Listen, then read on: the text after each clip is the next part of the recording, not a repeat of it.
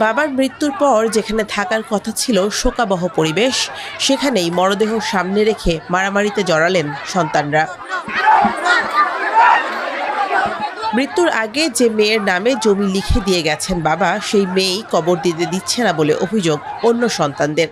আমার বাবার কবর দিতে দিব না, এনে বাধা দিছে, আমরা এনে খাইছি আমার বাবার এই জায়গায় কবর। আমার বাবা মানুষের কাছে কবর দিম কি আর মানুষের জায়গা? আমার বাবা উচিত করে গেছে আমার এই জায়গায় কবর দিবি, ওই কইতেছে না কবর দিতে দিব না এই জায়গায়। হেতে ওসি করে গেছে, হেতের পাইট দিতে তো আমার বাইছার আমি কোনানে হুমু না। তখন চাইছিলেন কি ওই বাঘ সোজা হিয়ানে জমিন আছে হিয়ানে দিত, দিতে দেয় না, যুদ্ধ করে, হে মাইয়া যুদ্ধ করে, তো ভরন মামুরা সহ কয় হিয়ানে মারি দিন। বাড়ির উঠোনে ঘরের সামনে কবর দেওয়ার চেষ্টাকে উদ্দেশ্য প্রণোদিত বলছেন বাবার কাছ থেকে জমি পাওয়া খাদিজা আক্তার। শাহানাজের শফি, রোবেল, আলম, তারপরে মনির, এরা সবাই বেটো দিছে।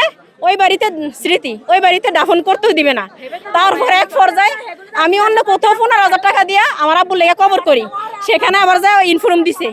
ইনফর্ম দেওয়ার পর এখানে আবার কবর করতে হয়েছে, আমি বাধা দিছি মতম রোবেল, মনির, শফি, আলম এরা আমার মারছে। আপনার বাবার এখানে তার সে দাফন দিতে দেন কারণটা কি? ওই কইতাছে না এই বাড়িতে দাফন দাও, ওই জিয়ান আমাকে এখানে দাফন দাও, এই কথা কইবে কেন? আমার বাবা আমার বাবা কবর করতে ওরা বেটো দিছে না স্যার, আমরা বেটো দিন, আপনারা জিজ্ঞাসা করেন, আমরা বেটো দিনি, ওই বেটো দিছে।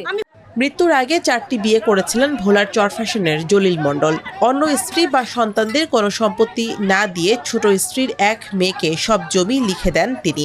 সেই বিরোধী শেষ পর্যন্ত দাফন নিয়ে প্রকাশ্যে সংঘাতে রূপ নেয়।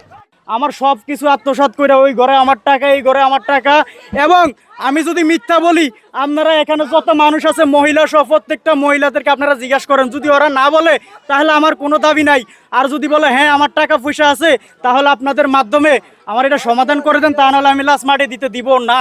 মাটি দিতে দেন বেটারা কি আমরা কি জায়গা বেচি নাই, হে বাড়ি আল্লাহরা কইতেছে আমরা কি জায়গা বেচি না, আমরা মাটি দিব আল্লাহর রাস্তে 15,000 টাকা দিছে আমরা মানিয়ে নেবো, মেয়ে কইতেছে আমরা কিনা লইছি জায়গা। এবার আমরা আমার বাবার জায়গা আছে, এদিকে আমরা মাটি দিই, এদিকে ওর মাটি ওই হে কবরের মধ্যে খারাইছে, তারপর আমরা উড়ে যাই আমার বাবার এদিকে মাটি দিই, তুই এদিকে তো নোট। দাফন নিয়ে টানাপোড়েনের মধ্যে প্রথমে এক স্থানে কবর খোঁড়া হলেও বিরোধের কারণে দাফন সম্ভব হয়নি। পরে অন্য জায়গায় আবার কবর খোঁড়া হয়। খবর পেয়ে ঘটনাস্থলে পৌঁছে পরিস্থিতি পুরোপুরি শান্ত করতে পারেনি পুলিশ। শেষ পর্যন্ত এলাকাবাসীর হস্তক্ষেপে নামমাত্র জানাজা শেষে বাড়ির উঠোনে দাফন করা হয় জলিল পণ্ডিতকে। আমার কথাটা শুনেন, আস্তে আস্তে কথা শুনে, জোরে জোরে কথা বলে তো কিছুই বলবেন না। এই ওসি স্যারের কাছে ফোন করছে যে আমার ঘরের মধ্যে লাশ দাফন করে, ঠিক আছে স্যার আমি তো পুলিশ আনছি না স্যার, লাশটা কার? এই লাশটা কার স্যার? লাশটা কার? জীবনদশায় সম্পত্তি নিয়ে যে বিরোধের সূচনা হয়েছিল, মৃত্যুর পরও তার অবসান হয়নি। 20 জুন ভোলার চরফ্যাশনের এই ঘটনায় হতবাক গ্রামবাসী।